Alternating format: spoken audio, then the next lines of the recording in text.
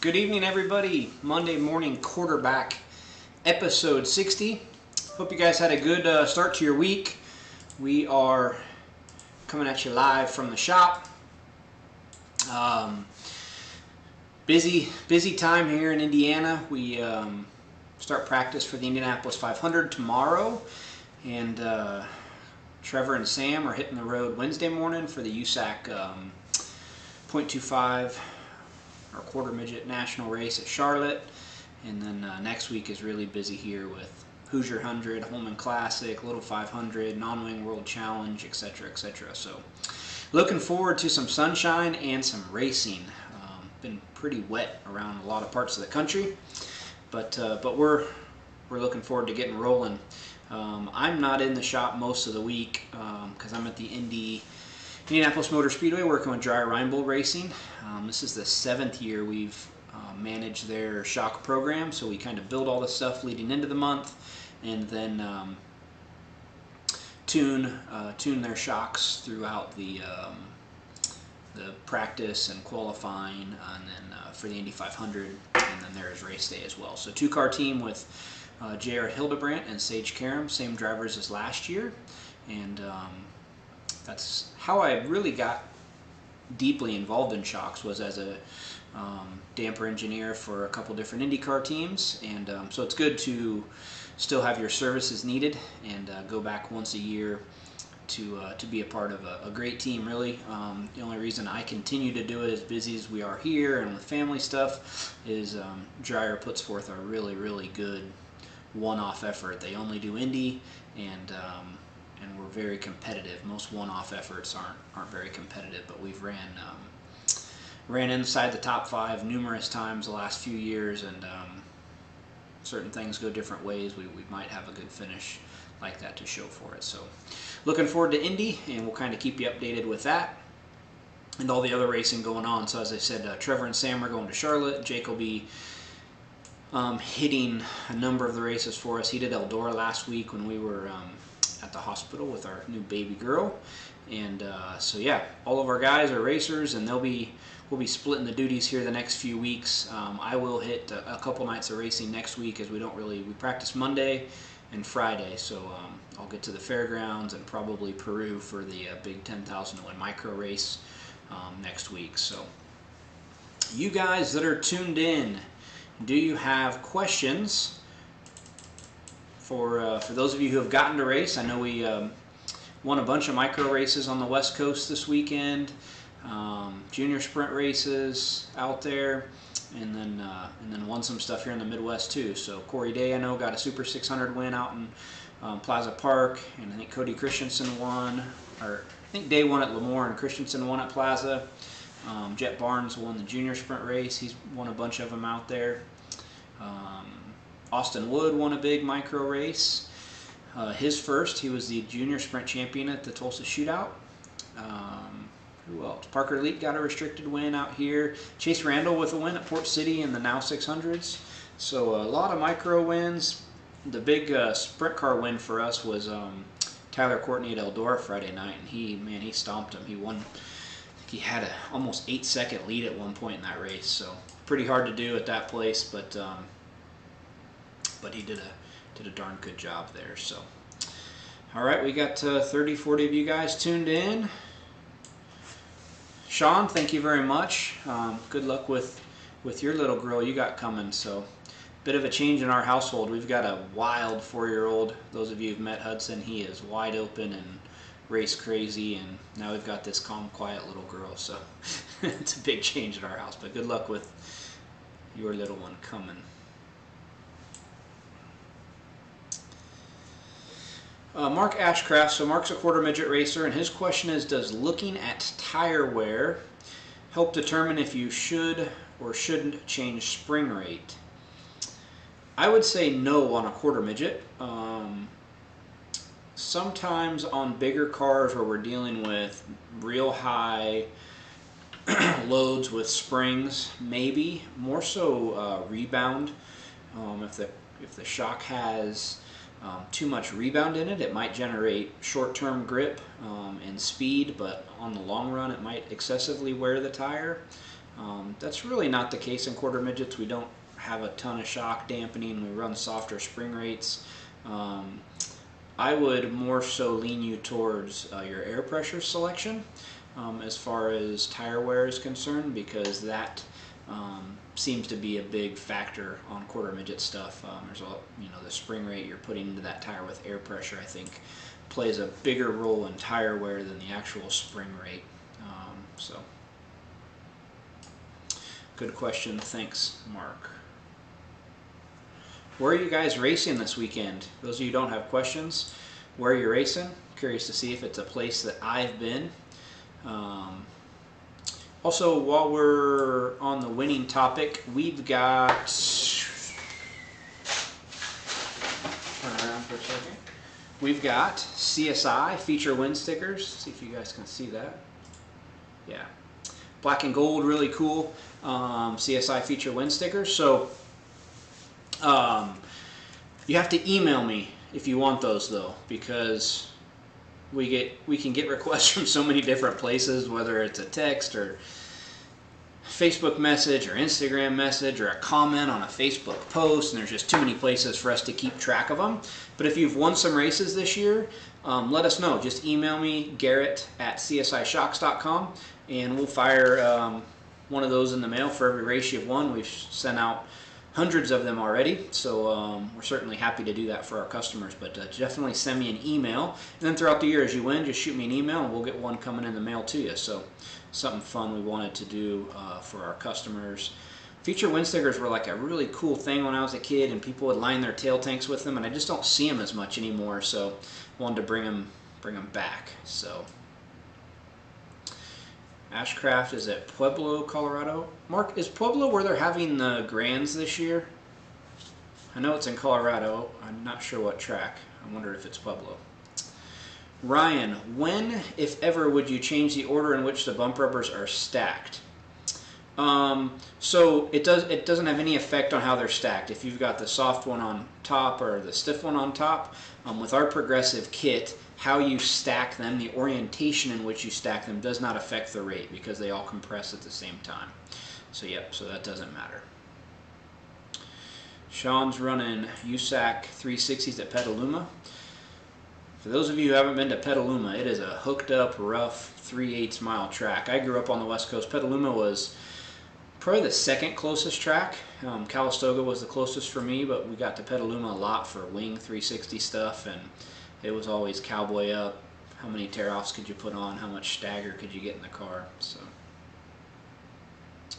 Kevin's going to run Mini Indy and Kokomo quarter midgets this weekend. Good, good. Pikes Peak QMA is where the Grands are.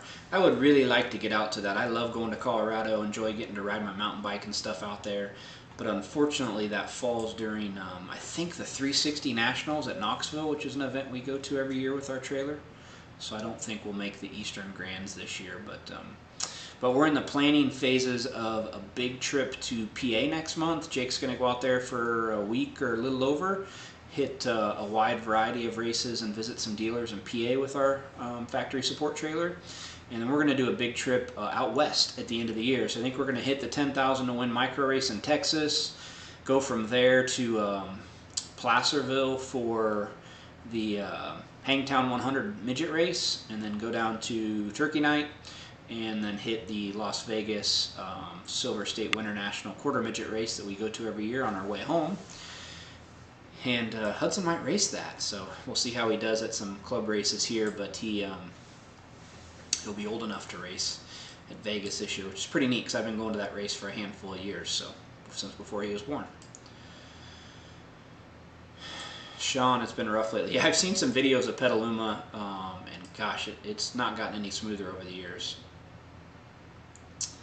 Brian Ray, stop in at TSL while we're in PA. I believe Jake does plan on hooking up with Tim Buckwalter while he's out there, so for sure. Kevin's question, reducing the gap or increasing the durometer more effective on the bump rubbers? So they both are effective. It's a matter of how much do you want to change. So a gap change is going to be not as big of a change as going to the next durometer up. So if you leave your gap the same and go to the next durometer up, you're going to see a much bigger change than if you just put an 1/8 inch packer in and got into your current stack an 1/8 inch more or 1/4 inch more even. So it's really how much of a change you're needing, what direction to go. I knew somebody was going to ask that. Kevin, which tracks in PA? I'm not positive. Jake's kind of planning that trip. So I know he's going to get to a micro race or two. I think the midgets are out there around that time. A wing race. So he's going to hit like 4 or 5 different tracks in a week out there. But once we know, we'll post it on our support page on our website, and we kind of got our travel schedule there, so we'll definitely get that posted so you know where we're at.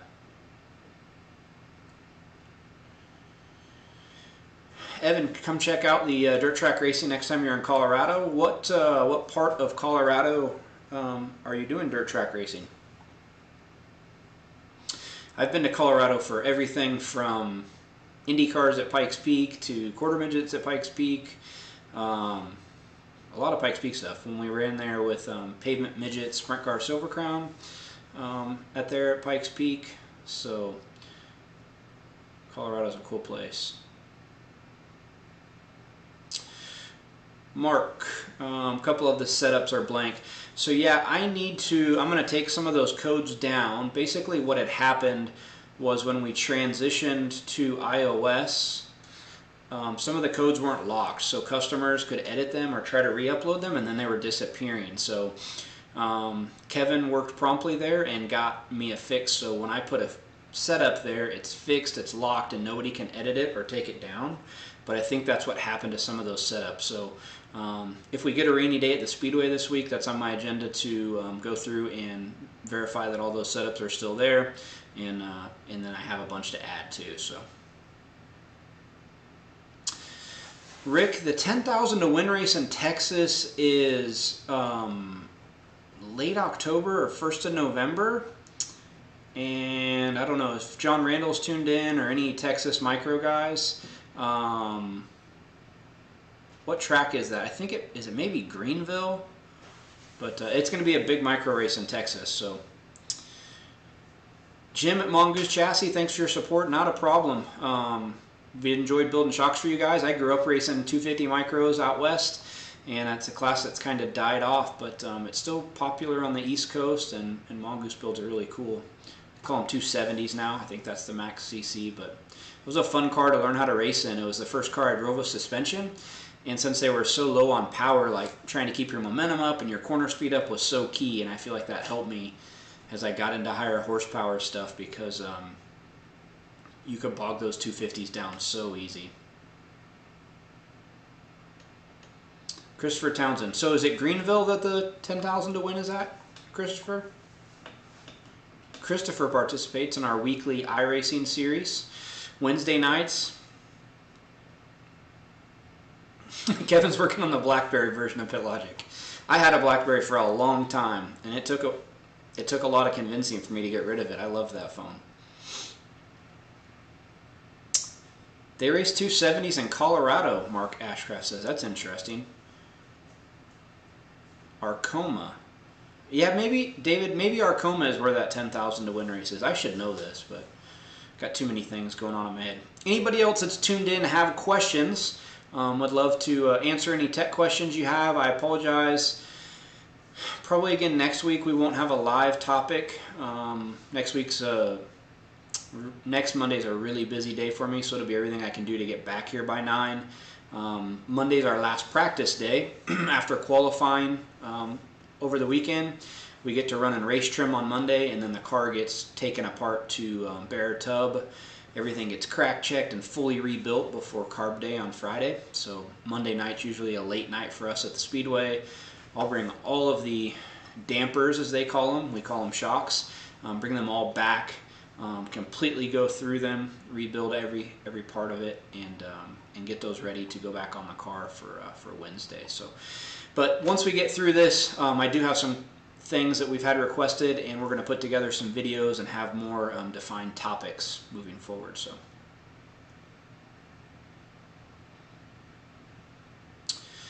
Dean asked, in general, running lower powered non-wing sprint cars, would we run softer or stiffer spring and shock setup?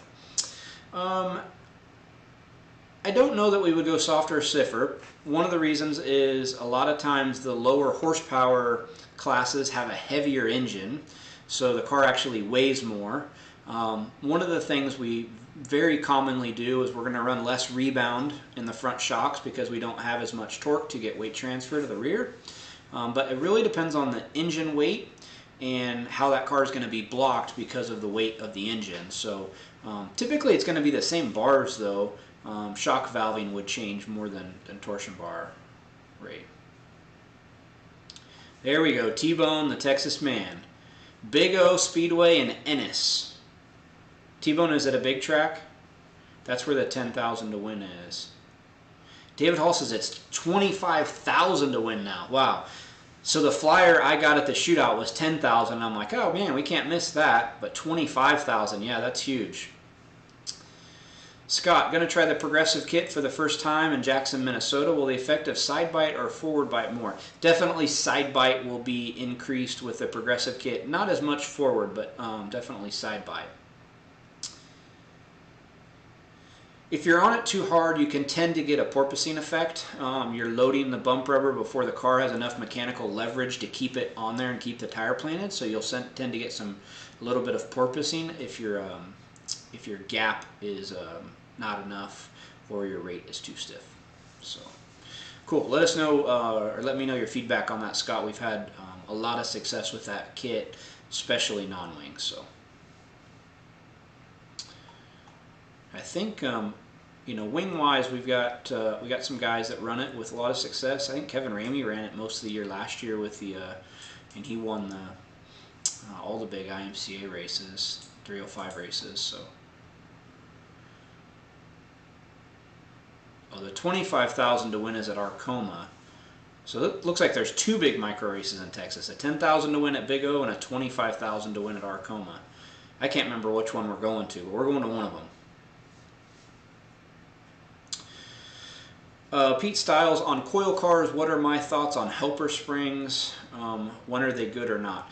So you can use a helper spring in two different fashions. One is to try to actually get some more forward drive and have it preloaded. If you're just floating it, it's more so you don't get totally unloaded from the spring. So like on a dirt midget, as the car goes to full extension on the front coming out of a corner, you're going to get off of that main coil spring, and then when you let off the gas, it free falls back down to the spring, and then the car, it's not loaded right because it falls. It has no spring rate at all, and you're down travel for an inch or 2 inches, and then it slams onto a 170-pound spring. Where with the helper, you can kind of keep it loaded. That's if you float it. If you independently preload it, then you can. You're almost getting a bit of a dual rate spring, and you can get some more forward drive out of it. So a lot of our dirt midget customers use helper springs. It really depends on what you're trying to do. Are you running non-wing? So most of the time we see helper springs being used, it's in a non-wing application. I don't know too many wing guys that run a helper spring because forward drive isn't as big of an issue. You have the wing that you can slide back and everything else. So. Anybody else that's tuned in have questions regarding anything suspension or race car wise? That's what we're here to answer. And if we're out of questions, we can shut her down for the night and be back next week. Let's see.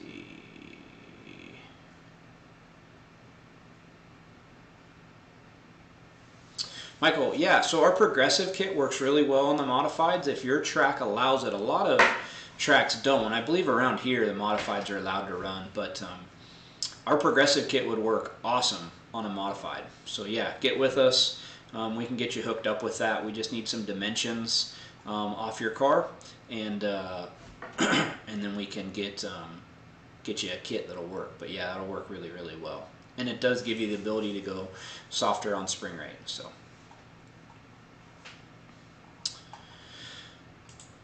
All right, well, if there's no more questions, we'll sign off for tonight. As always, thank you guys for tuning in. Please like and share this video. If you're not a Facebook user or you have a buddy who's not a Facebook user, we do post these to our YouTube page, and you can go over there and subscribe and catch all the Monday morning quarterback stuff. I usually post them in batches. I think everything's posted but last week's episode and this week, and but those will be posted soon. So thank you guys for tuning in, and have a fantastic week. Take care.